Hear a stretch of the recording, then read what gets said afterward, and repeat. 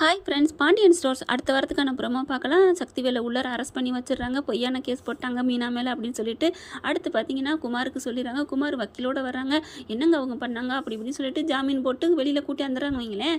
வெளில வந்ததுக்கப்புறம் செம்ம காண்டாகிறாரு. அப்படியே டேய் உன்னை நான் சும்மா விட மாட்டேன் மீனா அப்படின்னு குமாரை போட்டு அடியேன்னு அடிக்கிறாரு. ஏன்ப்பா என்ன அடிக்கிற? எல்லாம் உன்னால தான்டா. அவகிட்ட போய் பொட்டாச்சிட்டு அடி வாங்கிட்டு வந்திருக்க. அப்பா நான் என்னப்பா பண்ண முடியும் அப்படிங்கிறாங்க. அவள் எவ்வளோ திமுறா இருக்கா பார்த்தியா? யாரடா அந்த மாதிரி பட்ட பேரா சொல்கிற அப்படின்னு 4 இழுப்புந்தாங்க எனக்கு தோணுது. அடுத்து பார்த்தா அவளை சும்மா விடக்கூடாது. அவள் என்ன பெரிய இவளா? அரசியை தூக்குனா இவளுக்கு என்ன?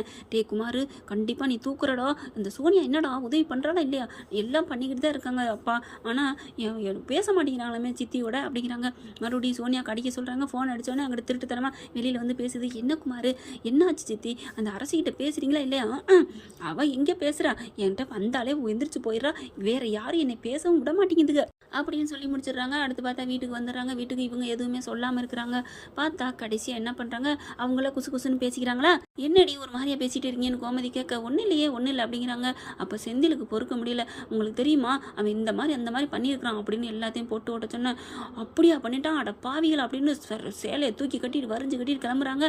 பார்த்தா பாண்டியன் வந்துடுறாரு. எங்கே போகிற அப்படிங்கல, உங்கள்கிட்ட சொல்லாமல் நான் வேற யார்ட்டங்க சொல்ல போகிறேன். அவன் என்னென்ன பண்ணியிருக்கான் தெரியுமா? என் மருமகள் இந்த மாதிரி கம்ப்ளைண்ட் கொடுத்து அவன் என்னென்ன பண்ணியிருக்கான் அப்படிங்கிறான். அவன் இந்த அளவுக்கு பண்ணியிருக்கானா?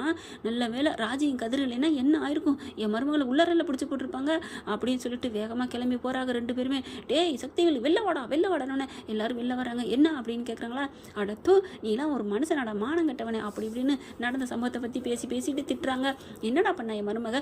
என் கடையை உடச்சால, அடிச்சு நொறுக்குனால, என் பிள்ளைய அடிச்சால அப்படிங்கிற முத்துவேல் பார்க்குறாங்க. உன் பிள்ளைய எப்போ அடிச்சா அப்படின்னு.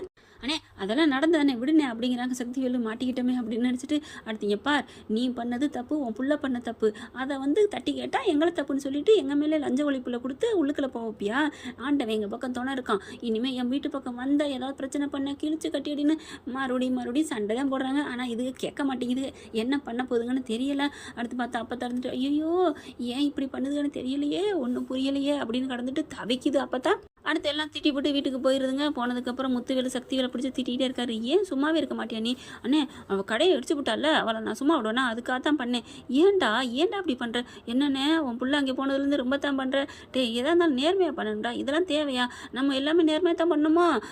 தெரியுதுண்ணே தெரியுது. நீ வாடா நான் இருக்கேன்டா வாப்பேன் அப்படின்னு சொல்லி கூட்டிகிட்டு போயிடுறாங்க. இந்த பக்கம் பார்த்தா சோனியாவுக்கு கால் பண்ணி சீக்கிரம் சொல்கிறாங்க. நான் 10 மணிக்கு மேலே எப்படியாவது அவளை கூட்டிகிட்டு வரேன் அப்படிங்கிறாங்க. அதுக்கப்புறம் அரசிட்டு எதாக இருந்தாலும் சாப்பிட கொடுக்குறது என்ன, அரசிக்கிட்ட அப்படியே சுகன்யா வளைஞ்சு பேசுது. என்னத்த ஏன் அப்படின்னு சொல்லி பேசிக்கிட்டே இருக்காங்க. ஒன்றும் இல்லை இங்கே வா அப்படின்னு சொல்லி நைஸாக கூட்டிகிட்டு போயிட்டு, குமார் பாவம் தெரியுமா, அவன் உன் மேலே உள்ள பாசத்தினால தானே அங்கே வந்தான். நீ ஏன் அப்படி பண்ணின? அவன் என்ன பண்ண போகிறான்? தாலியை கட்டிட்டு மாலை மாற்றி நம்ம முன்னாடி நின்னா 2 பேரும் ஒன்று சேர்ந்துருண்டி. நீ ஏண்டி புரிஞ்சுக்கவே மாட்டேங்கிற அப்படின்னு அரசி சொல்ல, அத்தை இனிமேல் இதை பற்றி பேசாதீங்கன்னு நான் சொல்லிட்டேன். ஏன் அத்தை இப்படி பண்ணுறீங்க அப்படின்னு சொல்லிட்டு கோவம் வந்துடுது. கரெக்டாக மீனாவும் ராசியும் வந்துடுறாங்க. ராஜி என்ன நீங்கள் எப்போ பார்த்தாலும் சித்தி இவங்ககிட்டே பேசிகிட்டு இருக்கீங்க அப்படிங்கல. ஏன் நம்ம வீட்டு பிள்ளைகிட்ட நான் பேசாமல் மீனா பார்க்குறாங்க. நீங்கள் என்ன பேசுவேன்னு எனக்கு தெரியாதா என்ன அப்படிங்கிறாங்க. ஐயோ அப்படின்னு சொல்லிட்டு இங்கிட்டு வந்துட்டு குமார் என்னடா பண்ணுறது, அப்படியே அட்டை மாதிரி ஒட்டிக்கிட்டே இருக்காளுடா, அவளை நீ மறந்துட்டா அப்படின்னு சொன்ன கையோட சித்தி மறந்துடும் சொல்கிறதும் சரி, என் உயிரை விட்டுருன்னு சொல்கிறதும் சரி, 2 ஒன்று தான். என்னடா நீ உண்மையாகவே விரும்ப ஆரம்பிச்சிட்டியா? ஆமாம் சித்தி எனக்கு அரசு இல்லைன்னா எனக்கு வாழ்க்கை இல்லை. அடப்பாயுமேனே. அப்போ உண்மையாக விரும்புறியா? உண்மையாக விரும்பிட்டு அவன் நல்லாவில் இருந்துருவா. இது எனக்கு தேவையில்லையே அப்படின்னு சுகன்யா ஆகி கலந்துக்கிறாங்க. அடுத்து காத்திர ராஜியும் அப்படியே ரூம்குள்ளே போயிருக்காங்க. இங்கே மீனா போயிட்டு ரொம்ப தேங்க்ஸ் ராஜி அப்படிங்கிறாங்க. அக்கா என்னக்கா உன்ன தேங்க்ஸ்ன்னு சொல்லிக்கிட்டு அப்படிங்கிறாங்க.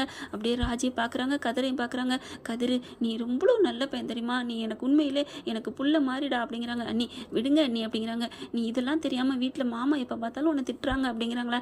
அவர் திட்டுறது நல்லதுக்கு தானே அண்ணி, நான் அதெல்லாம் பெருசாக நினைக்க மாட்டேன். நீங்கள் தைரியமாக போய் படுங்க போங்க. இனிமேல் அவன் என்ன பண்ணாலும் சரி நான் பார்த்துக்கிறேன். அவனுக்கு ஒரு தண்டனை கொடுக்கணும், நாளைக்கு இருக்கட்டும் அப்படிங்கிறாங்க. ராஜி அப்படியே கையை பிடிக்கிறாங்க. என்னடா தண்டனை கொடுக்க போகிற அப்படிங்கல. அதெல்லாம் கொடுப்பேன், நீ ஏன் பயப்படுற? வேணாண்டா அப்படிங்கிறாங்க. ஏன் வேணாம் கதிர், நம்ம வாட்டுக்கு இருக்கையிலே இவன் இப்படி பண்ணுறான். நம்ம ஏதாவது அவன் வழியில் போய் சீண்டி அவன் ஏதாவது பண்ணிவிட்டு உனக்கு ஏதாவது ஆச்சுன்னா சத்தியமாக என்னால் உயிர் வாழ முடியாது தெரியுமா அப்படின்னு ராஜி அழுகுறாங்க. நினச்சி பார்க்கவே ஒரு கொலை நடுங்குதுன்னு சொன்னோன்னே அப்படியே கையை பிடிக்கிறாரு. ராஜி நிமிரு அப்படின்னு சொல்லிட்டு அப்படியே தலையை வாய் கீழேருந்து அப்படி தூக்குறாங்க. தாவாங்கட்டையிலேருந்து எந்திரி இங்கே பாரு, நிமிந்து பாருடா அப்படிங்கல. அப்படியே அழுகுறாங்க. ஏன் ராஜி அழுகுற? இல்லை அவன் என்ன வேணாலும் பண்ணுவார் எங்கள் சித்தப்பா. இப்போ பார்த்தீங்களா மீனாக்காவுக்கு எப்படி பழி போட்டாங்க, அங்கே அரசியை பிடிச்சி கொலை பார்த்தாரு. இப்போ அடுத்து நம்மளை ஏதாவது பண்ணிட்டா என்ன எதுவும் பண்ண மாட்டாங்க. அப்படியே பண்ணான்னு கூட எனக்கு ஒன்றும் பிரச்சனை இல்லை, உங்களை ஏதாவது பண்ணிட்டா என்னால் தாங்குற சக்தி எனக்கு இல்லை கதிர் அப்படின்னு சொல்லிட்டு மார்போட அப்படியே சாஞ்சுக்கிட்டு அழுகுறாங்க.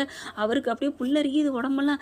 கதிர், ராஜி ராஜி அப்படிங்கிறாங்க. நீ நீ எங்கேயும் போகாத, நீ எதுக்கும் போவேனா, நீ படிப்புண்டு வீடுண்டு நீ இரு கதிர் ப்ளீஸ் அப்படிங்கிறாங்க. சரி சரி, நான் அவன்கிட்ட போக மாட்டேன், ஒன்றும் சொல்ல மாட்டேன் போதுமா, சரி அப்படின்னு சொல்லிட்டு, சரி செல்லம் சரி சரி நீ அதுவும் அழுகாத, நீ உட்காரு உட்காரு அப்படின்னு சொல்லி படுக்க வைக்கிறாங்க. படுக்க வச்சு பக்கத்தில் உட்காந்துருக்காங்க. கையை பிடிச்சி இறுக்கிய கழுத்துக்களை வச்சுக்கிறாங்க கதிர் கையை. ஏன் எதுக்கு இவ்வளோ நடுக்கம்? இல்லை அவன் உன்னை சும்மா விட மாட்டான்னு சொல்லிட்டு போனார்ல, அதுதான் எனக்கு பயமாக இருக்குது அப்படிங்கல. நீ எதுவும் நினைக்காத, இந்த மாமாவை அவ்வளோ சீக்கிரம் வந்து பண்ணிட முடியுமா அப்படின்னு அப்படின்னு பார்க்குறாங்க. அப்படி மாமான்னு சொன்னோன்னே அவங்களுக்கு சந்தோஷம் தாங்கலை.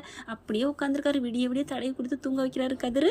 ஓகே ஃப்ரெண்ட்ஸ், பார்க்கலாம், இப்படி போனால் நல்லா தான் இருக்கும். பார்க்கலாம் என்ன நடக்குதுன்னு. இந்த பதிவு உங்களுக்கு பிடிச்சிருந்துச்சுன்னா உங்கள் பொண்ணான கையில் லைக்கை போட்டு சப்ஸ்கிரைப் பண்ணிடுங்க. Thank you friends.